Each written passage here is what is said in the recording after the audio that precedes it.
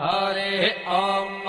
स्वस्ति न इन्द्रो वृद्धश्रवाः स्वस्ति नः पूषा विश्ववेदाः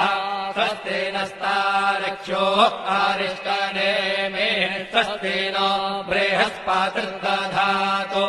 ॐ पयः पृथिव्याम् पय ओषधेषु पयो दिव्यन्तरिक्षे पयोधाः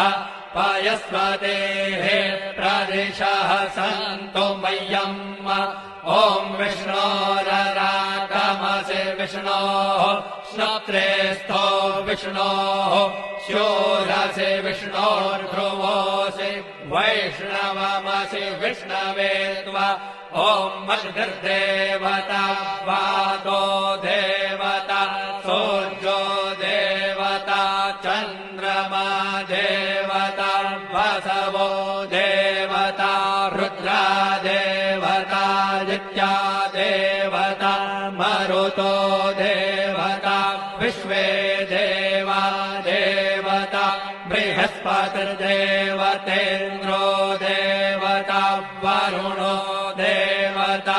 ॐ चत्वारि शृङ्गात्रयो